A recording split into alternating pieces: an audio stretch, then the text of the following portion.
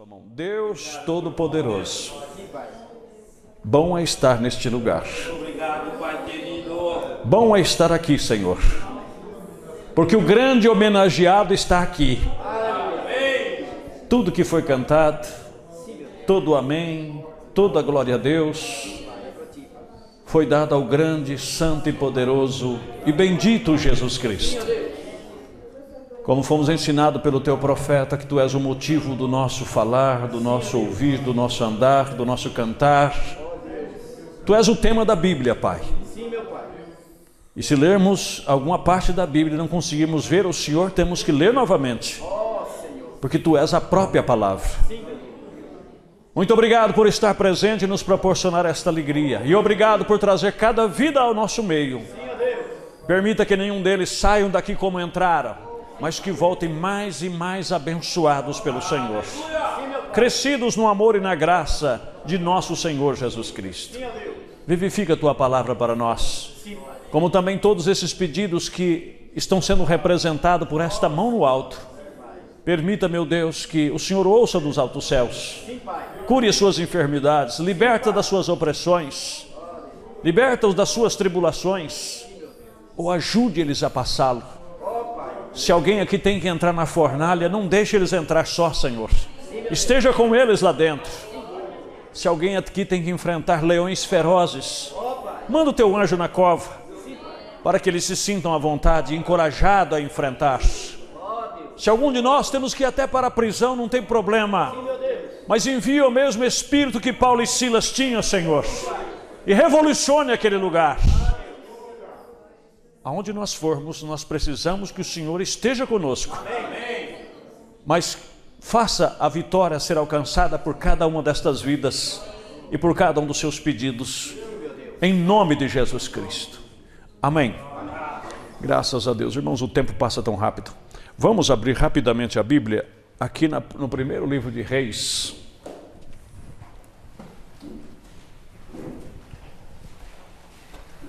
Primeira Reis, capítulo 3, nós vamos ler do versículo 5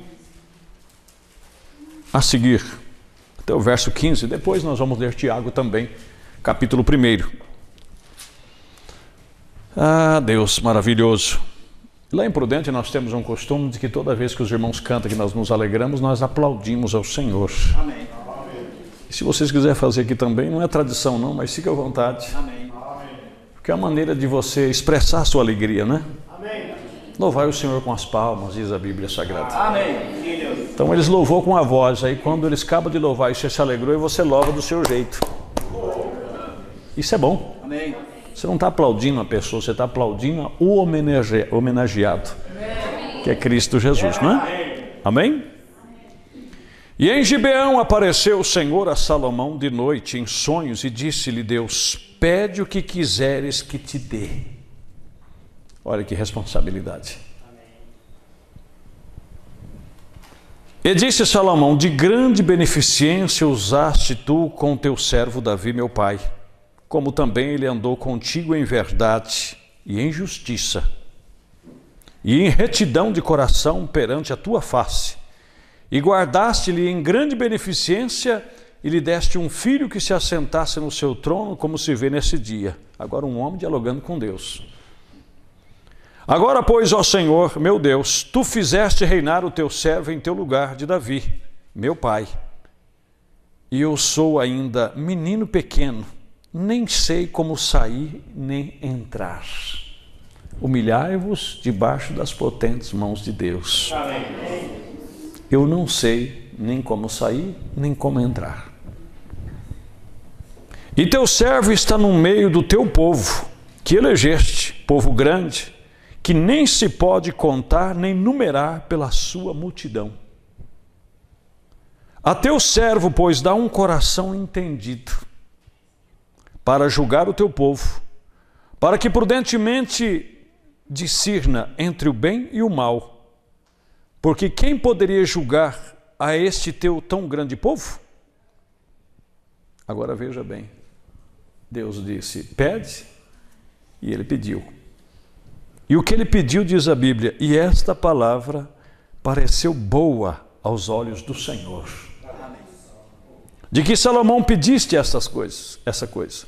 E disse-lhe Deus: porquanto pediste esta coisa, e não pediste para ti riquezas, nem pediste a vida dos teus inimigos, mas pediste para ti entendimento, para ouvir causas de juízo, eis que fiz segundo as suas palavras, eis que te dei um coração tão sábio e entendido, que antes de ti teu igual não houve, e depois de ti teu igual se não levantará. E também até o que não pediste te dei, assim riquezas como glória, que não haja teu igual entre os reis, por todos os teus dias. E se andares nos meus caminhos, guardando os meus estatutos e os meus mandamentos, como mandou Davi teu pai, também prolongarei os teus dias. E acordou Salomão, e eis que era sonho, e veio a Jerusalém, e pôs-se perante a arca do concerto do Senhor, e sacrificou holocaustos, e preparou sacrifícios pacíficos, e fez um banquete a todos os seus servos. Amém? Agora vamos para Tiago. Eu creio que muitos de vocês já conhecem essa escritura de cor. Tiago 1, verso 5, que diz lá: e se algum de vós tem falta de sabedoria, peça a Deus, que a todos dá liberalmente, e não lança em rosto, ser-lhe-á dada. Amém? Amém? Que o Senhor acrescente bênçãos à nossa meditação. Podem se assentar, né?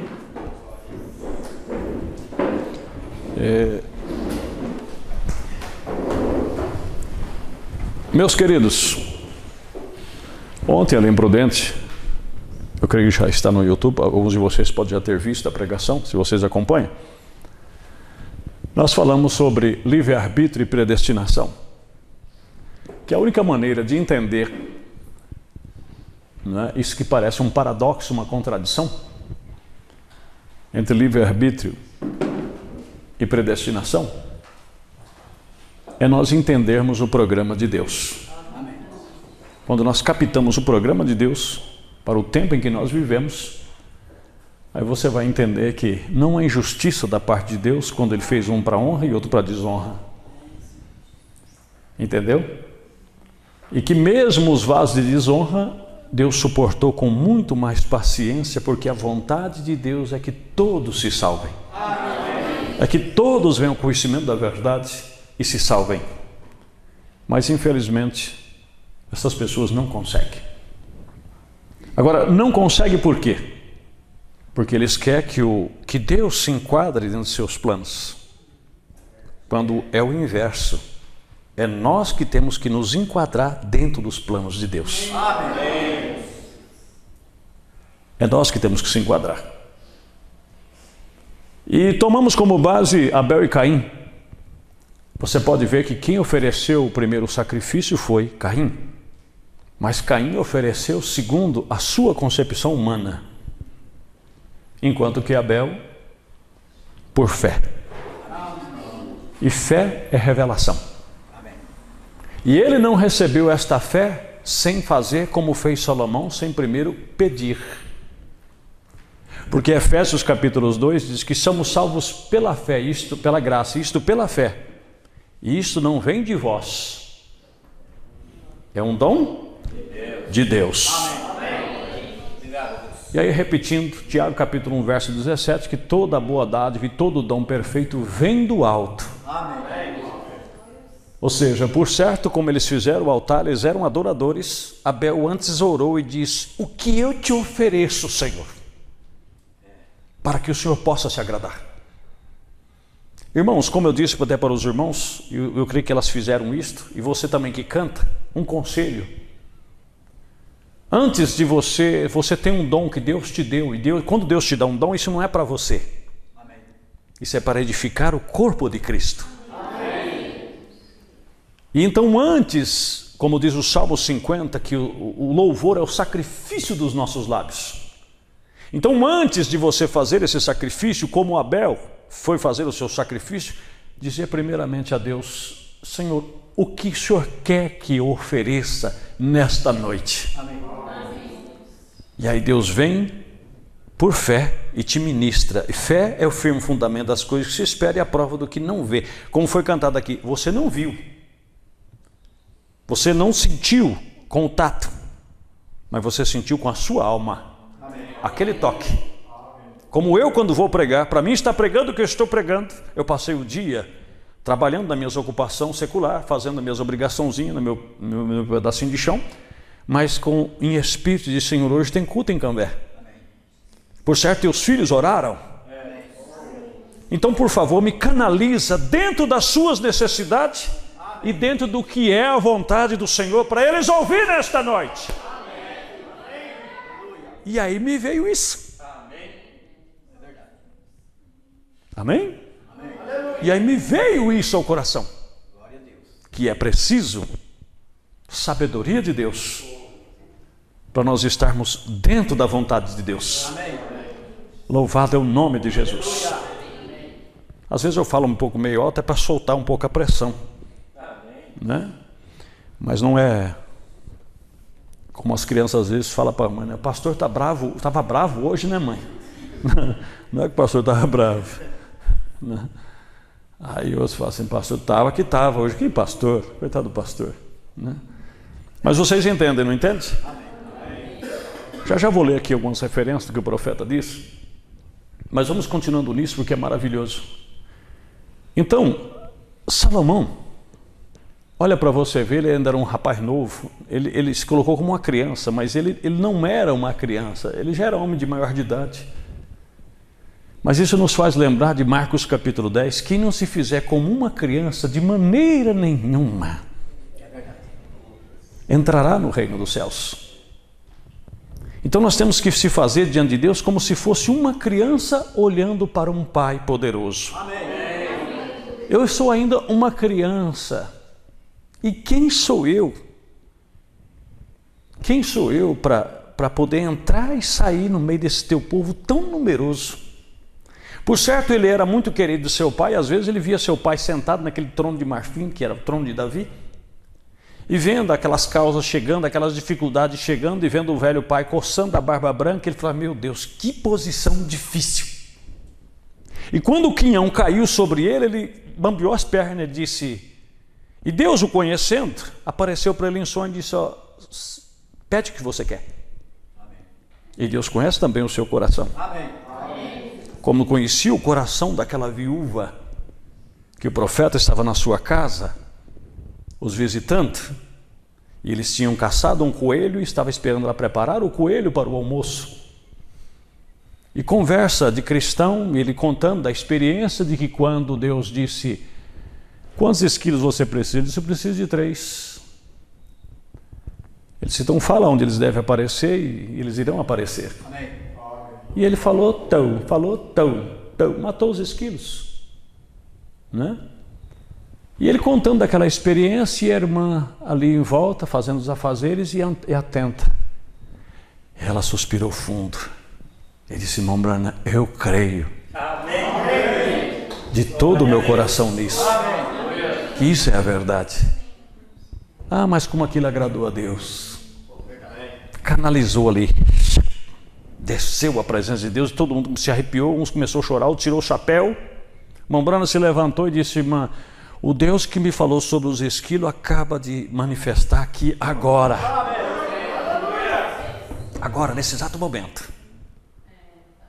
E Ele está mandando que eu te dê essa responsabilidade de você pedir o que você quiser. Amém. Deus nunca errou. Porque Deus já conhecia o que estava no coração.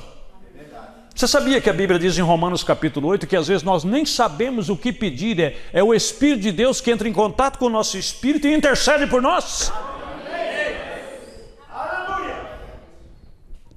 Porque às vezes você não sabe nem o que pedir, diz, Senhor, deixa que eu peça segundo a tua perfeita vontade.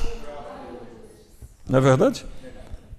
E aí, e a responsabilidade agora? Irmão Bruno, ele deu oportunidade, deu exemplos para ela. Tua irmã está aqui na cadeira de roda, ela nasceu ou está nesse problema. Quantos anos? Está aqui na cadeira de roda. Se você quiser que ela ande, é só falar e ela vai andar. É isso que você quer? Ela parou e pensou e disse, não, eu tenho coisas mais importantes. Você é pobre, você lava a roupa para fora para poder sobreviver. Peça $1 milhão. Olha que responsabilidade. Peça $1 milhão. Se não cair o pacote no seu colo, eu sou um falso profeta.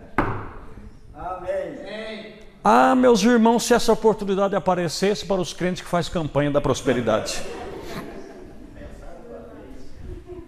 Hã? Ah, era difícil. Se o quê? O que o senhor falou? $1 milhão vai cair aí, bem no seu colo ou do seu lado. O senhor está falando sério? Por certo seria assim. Porque vivem apostando com Deus como se apostasse numa lotérica, etc. Mas ela disse: irmão Brana, o maior desejo do meu coração, aí está, era ver os meus 2 filhos adolescentes salvos. Amém. Aleluia. Amém.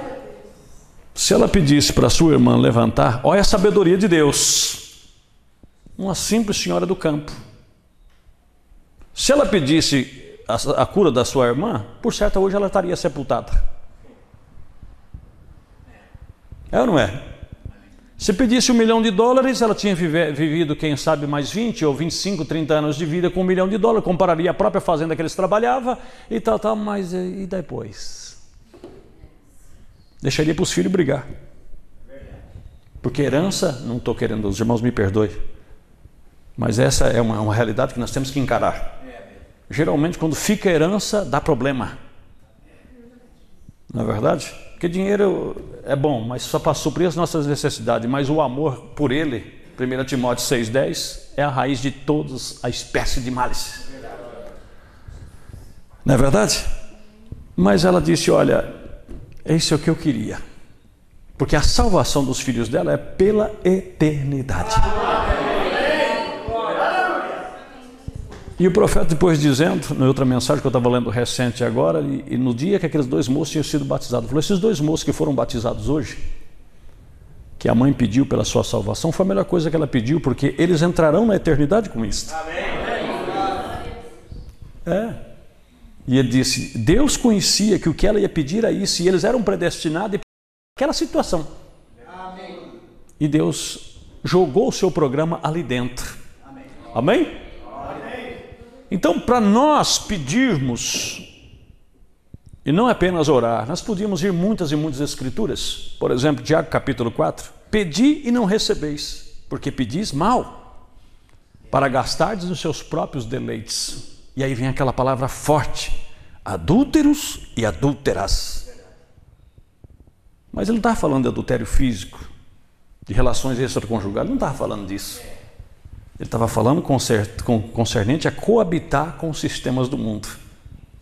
Não sabeis que a amizade do mundo é inimizade contra Deus? Então ele diz: por que o povo estava pedindo e não estava recebendo? Porque o que o povo estava pedindo não estava enquadrando dentro do programa de Deus. Ele diz: vocês estão pedindo para gastar nos seus próprios deleites. Vocês estão pedindo um aumento de salário, não é pensando na causa de Deus. Vocês estão pedindo mais aumento, é para trocar móvel da casa, é para comprar, ampliar, para fazer isso, para fazer aquilo, para gastar nos seus próprios deleites. Para quando chegar o final de semana, você ter uma área de lazer muito grande para você sentar, deitar numa rede. A fumacinha da churrasqueira subindo, picanha na brasa. Uma Coca-Cola gelada que chega a estar escorrendo assim, transpirando pelo lado de fora.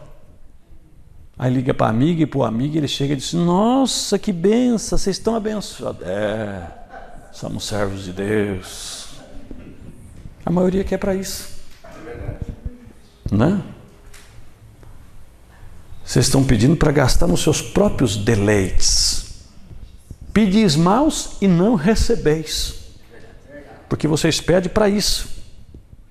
Agora, como pedir para receber? Amém? É ser como um menino diante dele. E Jesus nos deixou esse exemplo máximo. Quando orardes assim: Pai nosso que estais nos céus, santificado seja o teu nome. Amém? Fazei a tua vontade, assim na terra como no céu. O pão nosso de cada dia dai-nos hoje. Amém. Aí você vai para Mateus capítulo 6 diz: não ficais ociosos, veja as aves, não planta, não ceifa, não tem despensa, e o papai prepara todo dia para elas. Então não ficais com aquela ansiosidade, preocupado. Irmão, nós temos que aprender a descansar. E apenas dizer: Senhor, obrigado pelo que proveu hoje. E eu creio que o de amanhã já está provido. Aí o que Deus olha do céu, como você está sendo um menino que depende exclusivamente do Pai Celestial. Aí Ele olha para os seus mensageiros, para os levadores de resposta, aqueles que ministram em favor de nós, e diz: enche uma sacola de bênção e leva para aquela criatura lá, porque ele se humilhou diante de mim. Amém. Ele pediu só o pão de cada dia. Você leva pão para o mês, para a semana, para o ano. Amém? Mas não, Senhor, eu sei que o Senhor não é um Senhor de miséria. Eu creio num Deus rico, num Deus poderoso. E eu quero um carro do ano. E não é amanhã, é agora. Deus olha e diz: bonitão, fica esperando. Vocês estão compreendendo, meus queridos? Então, sabedoria para orar. E isso tem que ser ministrado para nós. E quando dobrarmos o joelho para orar, diz: Senhor, deixa eu abrir a boca e pedir somente, amém, com sabedoria, aquilo que está dentro do teu programa divino. Aleluia. Amém? Amém? E aí Ele vai te conceder o desejo do seu coração, porque agora você vai pedir segundo a vontade de Deus. Meus queridos, o relógio está olhando para mim e está dizendo: você está falando demais, anda logo, né? Mas vamos aqui. Profeta dizendo a mensagem: Deus guarda a sua palavra, 109. Veja aqui, o primeiro dom. Você vê que os nossos irmãos pentecostais, com todo respeito me dirijo a eles, eles têm uma preocupação com falar língua, né? E falar língua é um dom maravilhoso. Amém. A Bíblia diz que o que ora em língua, ele edifica até a si mesmo. Aquele que ora, fala em língua, ora para que também possa interpretar. Você pode ser uma boca de Deus também com esse dom. Mas se você for ler Coríntios capítulo 12, o língua e interpretação está lá na última colocação. Ou seja, entre os 9 dons, eles estão em último lugar. E em primeiro lugar, na lista dos dons está, aqui veja, aqui, o primeiro dom na linha dos dons é a sabedoria. Amém. Sabedoria. O segundo é o conhecimento. E se você não tem nenhuma sabedoria, como você saberá o que fazer com o conhecimento? Não porque eu conheço isso, mas você tem sabedoria para administrar este conhecimento? Como nós meditamos ontem lá, não quero ser repetitivo, né? Tem mãe que fica batendo a cabeça, não consegue ter autoridade sobre os filhos e não consegue contornar. Mas por quê? Porque ela quer criar os filhos do jeito que a mãe criou. Que às vezes nem tinha o conhecimento da palavra de Deus. É ou não é verdade? Amém.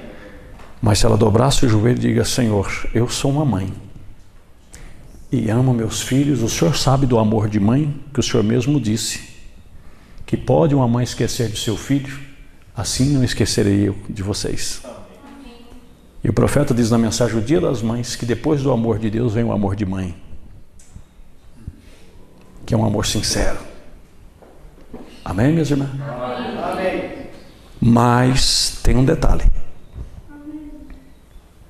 né? Tinha que orar e dizer: eu sou uma mãe, tu sabes o quanto eu amo meus filhos, então me dá sabedoria de como lidar com cada um deles. Amém.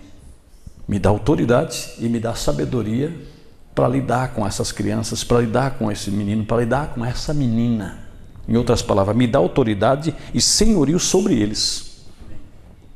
E Deus vai dar isso aí para você. Amém. Pastor, eu estou com uma luta em casa porque meu esposo não sei o que. Busque sabedoria de Deus para entender este homem e saber o que é que agrada esse homem de Deus. Porque às vezes quer agradar, mas quer agradar do seu jeito, da sua maneira.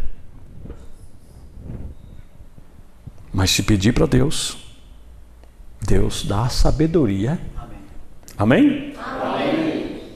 E você pode descansar. Muitos irmãos falam, pastor, mas a minha mulher é um...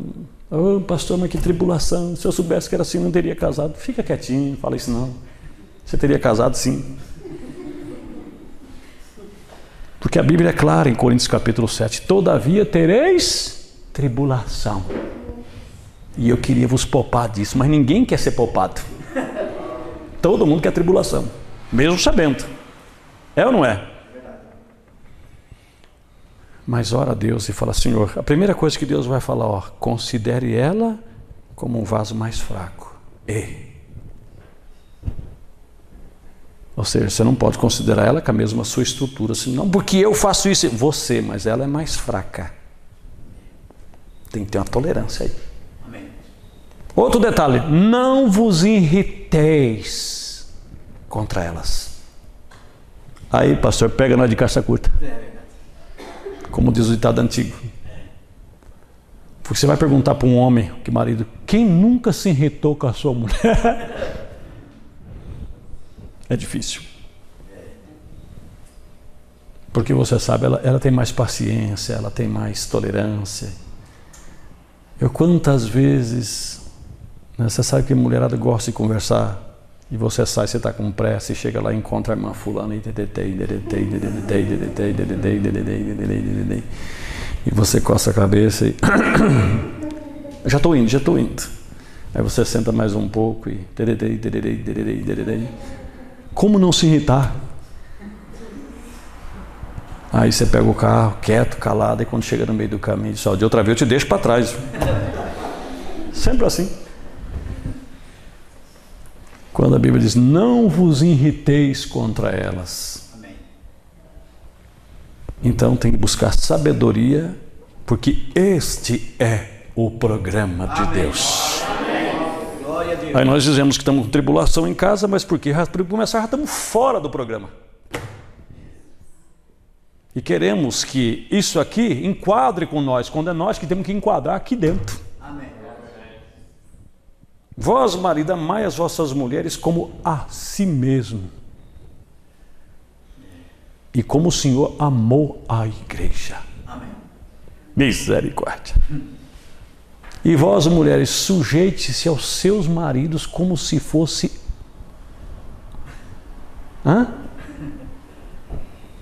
Quando você vai abrir a boca... Meu Deus, eu vou falar contra o Senhor agora. Então, quando nós nos enquadramos, então nós temos que buscar a sabedoria de Deus. Aleluia.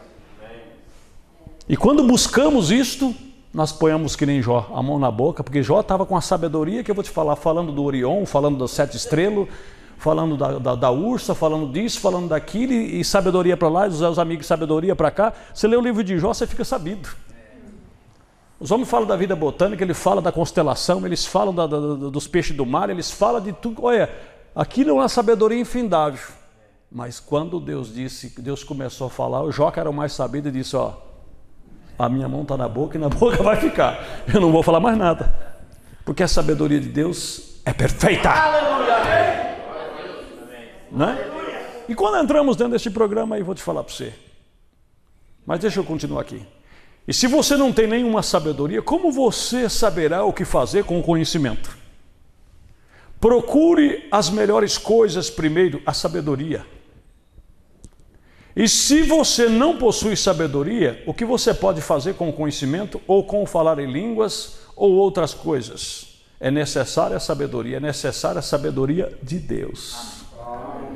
Porque Tiago capítulo 3... Vocês sabem que fala das duas sabedorias, que a sabedoria nossa que nós temos, pessoal, ela é animal e diabólica. Amém. Porque a nossa sabedoria humana que nós temos, ela está filiada, acoplada à árvore da ciência do bem e do mal. Nossa sabedoria tanto traz bem como traz mal. A sabedoria de Deus só traz bem. Amém. É necessária a sabedoria de Deus. Salomão disse, chame-a de sua mãe. Nos provérbios ele chega a dizer, chame ela de mãe. Salomão sabia do que estava falando, porque ele buscou de Deus e recebeu. Amém? Só mais uma referência para nós terminarmos. Note agora novamente como Jesus venceu o sistema mundial da religião. Vamos sair dessa noite como vencedores? Amém. Mas para isso nós precisamos da sabedoria de Deus. Você tem o seu negócio próprio, você trabalha com o seu negócio próprio? Ora a Deus. Diga, Senhor, se o Senhor estivesse no meu lugar aqui, o Senhor conhece o que é que os fregueses querem e o que eles gostariam. E a coisa que mais lhe agradariam. Se está dentro das normas que eu possa trabalhar com isto, me dirige, me faça fazer o que é que tem que ser feito. Irmão, nós seríamos mais bem-sucedidos. Amém. Não, porque agora eu vou fazer assim, eu vou fazer assim, eu vou fazer assim. Quando eu pensar que não, nós vemos que demos com os burros na água. Gastamos dinheiro, aplicamos dinheiro e não tivemos retorno. Deus nunca errou. Amém. Aleluia. Veja a sabedoria de Deus quando José foi para o Egito. Deus conhece o futuro, Deus conhece o passado, o presente e o futuro. Amém. O que José disse? Olha, vai virar 7 anos de fartura aí, ó, que esse povo do Egito vai se arregalar. Eles vão achar que isso vai durar para a vida inteira, mas não se esqueça, Faraó, é só 7 anos, tá? Então, por favor, construa armazéns, armazena comida, porque depois dos 7 anos a coisa vai pegar. Vai pegar. Você crê que ele é o mesmo ontem, hoje e eternamente? Amém. Vocês lembram essa maré passada que teve aqui no Brasil? De casa, minha vida, aquelas casas germinadas e tal, e tal, e tal. Eu vi o irmão lá em Prudente nadando de braçada e ganhando dinheiro aqui. E você falava com ele, o irmão precisava fazer assim, ó, pastor, não tem nem como dizer para o senhor, porque já tem uma casa feia, tem mais um projeto, tem mais outro, e outro e caro. E Deus é a minha testemunha de que eu não, mas Deus no púlpito advertiu, falei, gente, vocês aproveitam a maré. Aproveita. Aproveita, porque isso aí não vai ficar a vida inteira. Mas, né? Aquele tal negócio. Acha que agora a coisa vai, e de repente a fonte seca. E aí, meu amigo, quando vem os 7 anos de seca, aí come tudinho que ano de fartura veio. E aí é onde a Bíblia se completa também. Ah, mas o senhor mesmo não acabou dizendo que não amontoeis tesouros, não precisa de celeiro, não precisa... É verdade. Não aplicação em nenhum aspecto. Mas em outro aspecto a Bíblia diz que ainda que haja fartura de mantimento na lavoura do pobre, mas a falta de juízo lhe faz padecer necessidade. Amém. Estão entendendo? Você não precisa pôr amor ao dinheiro, mas lembra, você tem filhos, você tem esposo, você tem tudo, você tem... Então o negócio é o seguinte, está sobrando, coloca num cantinho, se sabe de alguém que está doente, que precisa, ajude, e guarde lá a tua reserva. Quando vier as vacas magras, você fala assim, pode vir vaca magra, que eu tenho com quem engordar você. Tem, todas as coisas têm o seu devido lugar. Como dizia o finado Morrelino, tem Bíblia para tudo. Note agora novamente como Jesus venceu o sistema mundial de religião. Quando ele era repetidamente perseguido pelos teólogos de seus dias, ele constantemente aplicava a palavra. Ele falou somente aquilo que o Pai lhe dava para falar. E a Bíblia recomenda que a minha palavra tem que ser sim, sim, não, não. Mais ou menos, eu acho, eu penso, é de procedência maligna. Então, até para dar uma resposta, nós tínhamos que orar primeiro e dizer, Senhor, é ou não é? Porque Jesus venceu todo o sistema porque ele só falava o que o Pai dizia para ele falar. Aí você diz, mas isso é Jesus. Em Mateus capítulo 10, naquele dia não sois vós quem falará, mas o Espírito do Pai falará nas vossas bocas. Isso é sabedoria que nós pedimos e Deus vem e ministra. Ele falou somente aquilo que o Pai dava para falar. Não há nenhuma só vez em que o mundo deixou de ser completamente confundido pela sabedoria de Deus. Toda vez eles foram confundidos, porque eles têm própria, seus sistemas religiosos próprios, e eles querem vencer, eles querem fazer, querem realizar com aquilo. Aí de repente eles batem de cara com algo que é totalmente diferente, eles querem lutar contra ela e não tem como lutar. Porque a verdade, meu querido, ela prevalece. Porque ela era a sabedoria de Deus. E não tinha como eles resistir. Toda vez que eles tentavam encurralar Jesus, eles ficavam encurralados. Senhor, é lícito pagar o tributo para César? Olha que pergunta, querendo complicar ele com César para o soldado romano vir prender ele. Ele disse, me dá aí um denário, uma moeda. Deram um denário, uma moeda para ele. E na moeda, dentro daquele tempo, já estava cunhado ali o rosto de César. Ele disse, de quem é essa figura, esse insígnia aqui? É de César. Ah, é? Então dá a César o que é de César e dá a Deus o que é de Deus. Eles olharam, vixe, vamos embora. Aí vem os saduceus e mandou uma parábola difícil para ele, né? O Senhor, na lei de Moisés, diz que quando um homem morre e ele não deixou filho sobre a terra, então o irmão mais novo, depois dele, tem que assumir a viúva, e o primeiro filho que nascer tem que ser em nome do defunto, para que ele tenha nome na terra. Porque naquele tempo, né? Naquele tempo, não se assinava Oliveira da Silva, da Rocha, não tinha. Lá era fulano de ciclano, fulano de bertano, fulano, então era o nome que as pessoas tinham, né? Então se alguém morresse sem deixar filho, o nome dele apagava. Então eles tinham que deixar. Então o primeiro filho não era dele, era em nome do irmão dele. Porque quando fosse perguntar, quem é você? Eu sou fulano de fulano. Amém? Amém. Mas vieram com essa parábola para Jesus e disse, olha, tinha 7 irmãos e todos possuíram a viúva e todos eles morreram e nenhum deixou semente.